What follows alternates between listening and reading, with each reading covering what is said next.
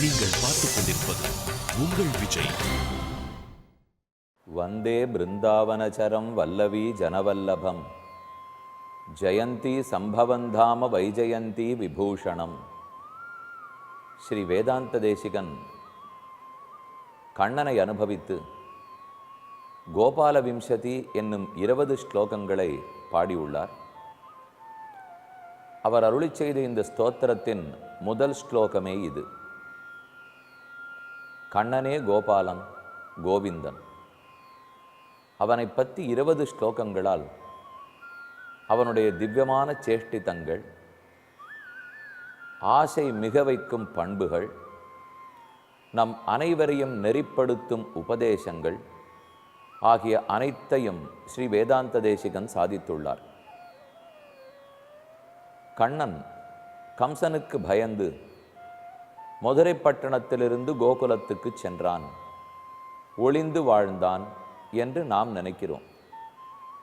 ஆனால் அந்த சுவாமி அருளி செய்கிறார், கண்ணனா பயப்படக்கூடியவன், லோகத்தில் நமக்கு ஏற்படும் பயம் அனைத்தையும் போக்கக்கூடியவன் எம்பெருமான்.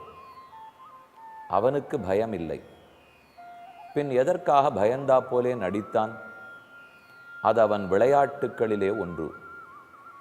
கோபியர்களுக்கெல்லாம் அனுபவம் கொடுக்க வேண்டும். பசுமாடு கன்றுகளின் பின்னே கூட கண்ணன் செல்வான். எளியவன், வலியவர்களுக்கு வலியவன். தாங்கள் மிக உயர்ந்தவர்கள் என்று நினைப்பவர்களுக்கு அவர்களால் எட்ட முடியாத அளவுக்கு உயர்ந்தவன் பகவான். நாம் எளியவர்களாயித்தே என்று யாரெல்லாம் புரிந்து கொள்கிறார்களோ அவர்களால் எளிதில் அடையப்படும் அளவுக்கு தன்னை தாழ்த்தி கொண்டு நமக்கு சமமாக பெருமான் அவதரிக்கிறான். இப்படி மிக உயரமாகவும் மிக எளியவனாகவும் மேன்மையும் எளிமையும் ஒரு சேர இருப்பதுதான் கண்ணன். அதுதான் பரதத்துவம். அந்த பகவானை பற்றி உண்மையை தெரிந்து கொள்ளாமல் வீழ்ந்தே போனான், கெட்டே போனான் துரியோதனன். பகவானை தனக்கு பகைவனாக எண்ணிவிட்டான். நேர்பகைவன் கூட அல்ல. தன்னுடைய பங்காளி பகைவர்கள் பாண்டவர்கள், அவர்களை ஆதரிக்கிறான் கண்ணன். ஆகவே கண்ணனும் தனக்கு விரோதிதான் என்று ஒரு முட்டாள்தனமான முடிவுக்கு வந்தான். இதனால் அவன் லாபம் அடையவில்லை. பகவானுக்கு அருகிலே நாம் இருந்து அவனுடைய பக்கத்தில் நாம் ஒதுங்கினோமானால் அவன் அருளுக்கு இலக்காகிறோம், அவனால் காக்கப்படுகிறோம். அதை விரோதித்து கொண்டு போனோமானால் நாம் நன்மை அடைய மாட்டோம். பெருமான் நேரே யாரையும் தண்டிப்பதில்லை. அப்படி தண்டிக்க வேணுமென்னாலும் ஆந்தனையும் பார்த்து அவனை திருத்த முடியுமா? இவனால் சமுதாயத்துக்கு ஒன்றும் குறையில்லையா? இதையெல்லாம் ஆராய்ந்துதான் கடைசியில் முடிவெடுக்கிறான். தன்னிடத்தில் ஒருத்தர் அபச்சாரப்பட்டாருங்கிறதுக்காக பெருமான் தண்டிப்பதில்லை. ஆனால் ஒருவனால் சமுதாயத்துக்கு ஆபத்தோ அல்லது பக்தர்களுக்கு ஆபத்தோ ஏற்படுமானால் அப்போதுதான் பெருமான் தண்டிக்கிறான். இந்த உண்மையைத்தான் விதுரர் திருதராஷ்டிரனுக்கு எடுத்து கூறுகிறார். எங்கே கண்ணனோ எங்கே அர்ஜுனனோ அங்குதான் வெற்றி உண்டு என்று சஞ்சயன் கூறுகிறார். கண்ணன் இருக்குமிடத்தில் தான் தர்மம் உண்டு, தர்மத்தின் பக்கம்தான் வெல்லும். ஆகவே திருதராஷ்டிரா, உன் வாழ்க்கையை மாற்றிக்கொள், உன்னுடைய பாதையை மாற்றிக்கொள் என்று எவ்வளவோ விதுரர் கூறுகிறார். ஆனால் திருதராஷ்டிரன் கேட்க மறுக்கிறான். பயம் மட்டும் பிடித்து வாட்டுகிறது. கண்ணனையே விரோதித்தோம், ஆகவே தர்மத்தை விரோதித்தோம். பஞ்சபாண்டவர்களை விரோதித்தோம், ஆகவே தர்மத்தை விரோதித்தோம். எப்போ தர்மத்தை எதிர்ப்பக்கத்தில் வைத்து கொண்டோமோ பயப்பட்டே தீர்வோம். ஒருத்தன் எப்போது பயம் நீங்குகிறான்? தர்மத்தின் பக்கத்தில் இருந்து விட்டால் பயப்பட தேவையில்லை. ஆனால் தர்மத்தின் எதிர்ப்பக்கத்தில் இருந்தால் அவன் பயந்துதான் தீர வேண்டும்.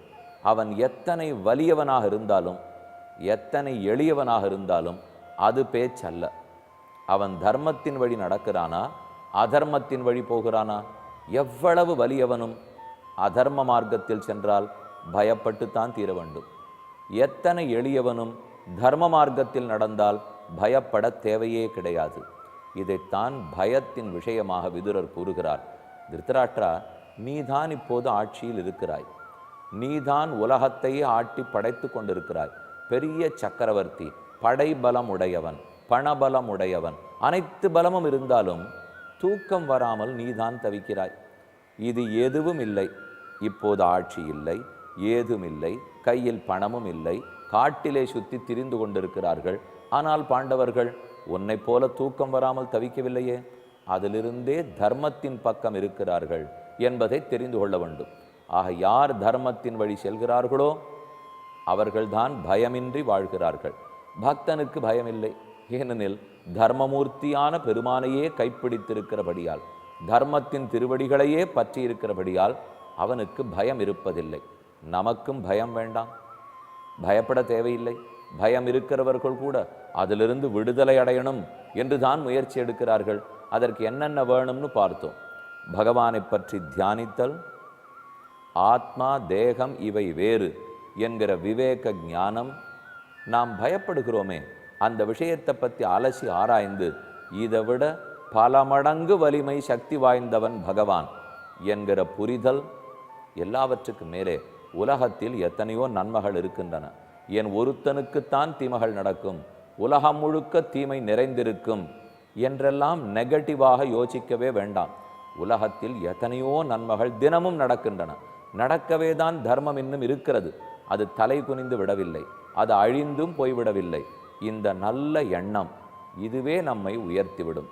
பயப்பட வேண்டாம், பகவான் அனைத்தையும் காக்கிறான்.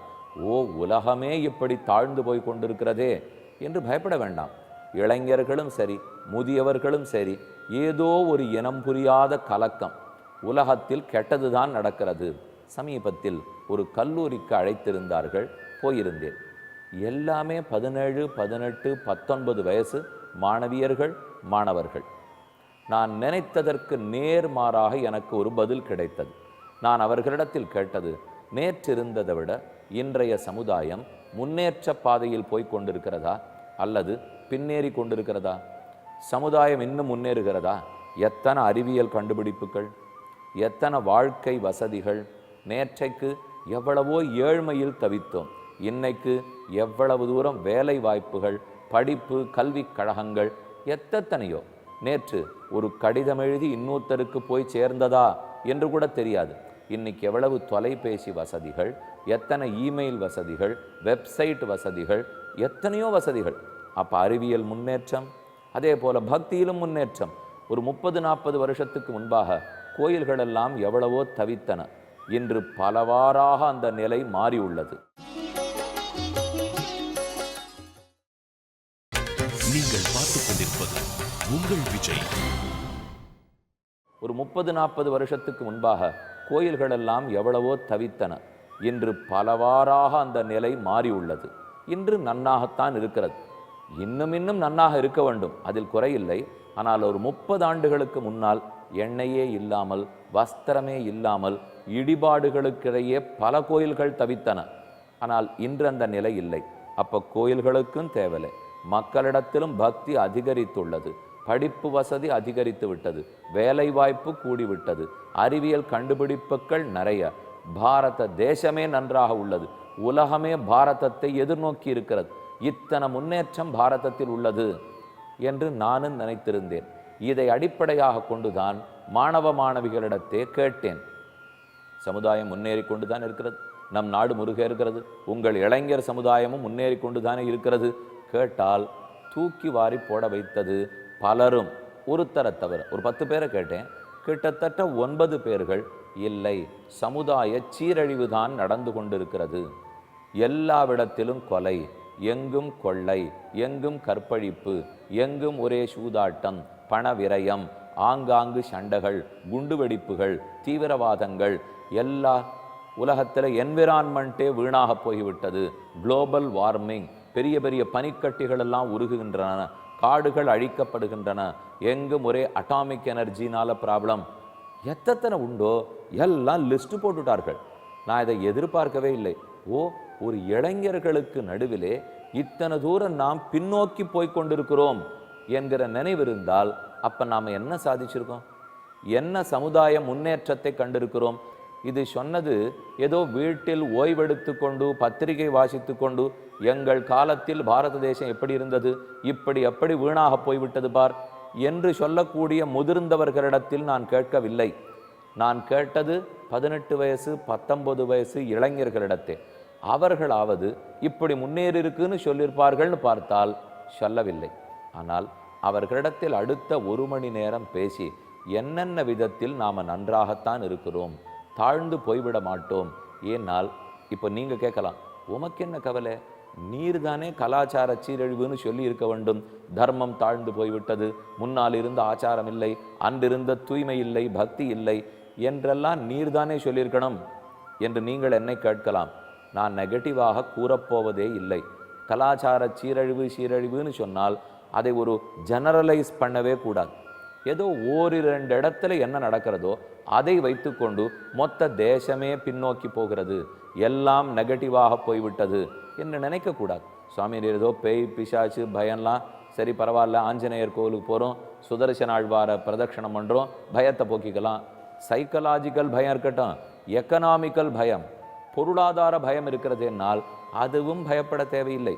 இந்த பொருளாதாரம் 10 ஆண்டுகளுக்கு மேல் நோக்கி போகும், 10 ஆண்டுகளுக்கு கீழ் நோக்கித்தான் போகும். நம்ம பாரத தேசத்துக்கு இதுக்கு பயப்பட வேண்டாம். ஏன்னா வெளி உலகத்தில் சில பயம் அவசியம். அவர்கள் எல்லாம் நிறைய credit card debit card, credit card தான் அதிலேயே வாழ்க்கை வாடுபவர்கள். பிளாஸ்டிக் மணி என்று சொல்கிறோமே, வெளிநாடுகளே எல்லாம் சேமிப்பிலிருந்து எடுத்து செலவழிப்பதில்லை, எல்லாம் கடன் வாங்கி செலவழித்து விடுகிறார்கள். அதனால பொருளாதார வீழ்ச்சி ஏற்பட்டால் பயப்பட வேண்டும். நம் நாட்டில் அப்படி இல்லை. இரண்டாவது, அந்த நாட்டுக்கு கண்டதே காட்சி கொண்டதே கோலம்ங்கிற அளவுக்கு நாம் கண்டாலே காணும் உடலை மட்டும் நம்பக்கூடிய நாடுகள். ஆனால் நம்ம ரிஷிகளோ அந்த நாளிலிருந்து இந்த நாள் வரை ஆத்ம விவேக ஞானத்தை ஊட்டி உள்ளார்கள். பொருளாதாரத்துக்கும் ஆத்ம உயர்வுக்கும் சம்பந்தம் இல்லை, அது எப்போதும் உயரும். நம்முடைய தியானமோ ஞானமோ பொருளாதாரத்தை நம்பி இருக்கவில்லை. பொருளாதாரம் வேணும், கண்டிப்பாக நன்றாகத்தான் இருக்கும். அதனால் அந்த பிள்ளைகளிடத்துலையும் பெண்களிடத்துலையும் கடைசியாக பேசி தெரிவித்தது என்ன தெரியுமோ, நெகட்டிவாக யோசிக்க வேண்டாம், சீரழிவு இருக்குன்னு நினைக்க வேண்டாம், நாமே நம்மை திருத்தி கொள்ளலாம்.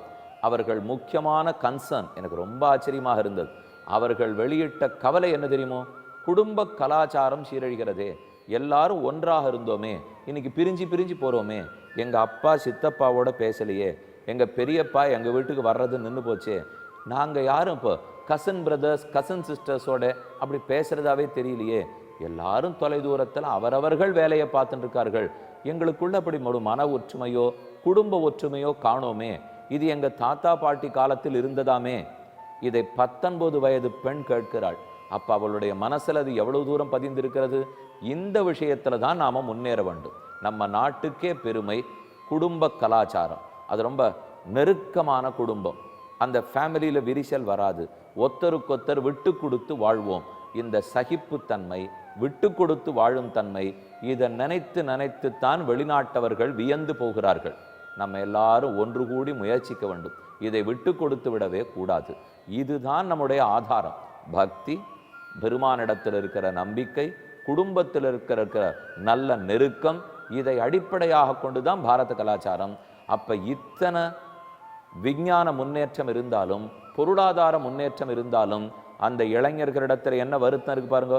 இல்லை, ஏற்கனவே இருந்த குடும்ப ஒற்றுமை இல்லை, ஒத்தருக்கொத்தர் நாம் ஒன்றும் அப்படி மனம் விட்டு பேசிக்கொள்வதே இல்லை, நிறைய பொறாமை வந்து விட்டது, போட்டி காம்படிஷன், இதெல்லாம் எங்களுக்கு பிடிக்கவில்லை.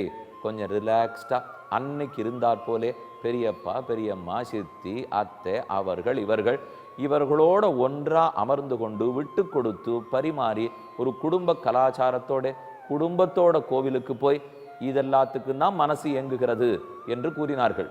இதை நினைத்துத்தான் நாம் நிஜமாக பயப்படணும். இதை நம்ம அனுமதிக்கவே கூடாது, இந்த கலாச்சாரத்தை மாற்றுடணும். நம்முடைய பாரத கலாச்சாரம், நம்முடைய தர்மம், அது எப்போதும் தழைத்திருக்க வேண்டும். அது ஒன்று மட்டும்தான் நம்ம சரிப்படுத்திக்கணுமே தவிர பொருளாதாரம் விஞ்ஞானம் அது இதெல்லாம் செய்தித்தாளை பார்த்து பயப்பட வேண்டிய தேவையே இல்லை. இந்த பயத்திலிருந்ததெல்லாம் நாம் வெளிவந்து விட வேண்டும். ஆக பயங்கிறத பற்றி பல கோணங்களிலிருந்து நாம் 4-5 நாட்களாக பார்த்துள்ளோம். இனி பயப்படவே வேண்டாம், பாசிட்டிவாக யோசிப்போம். ஏதேதோ தவறே லோகத்தில் நடக்கிறது என்று எண்ணி கலங்கவே வேண்டாம். கலக்கமில்லாமல் வாழலாம்.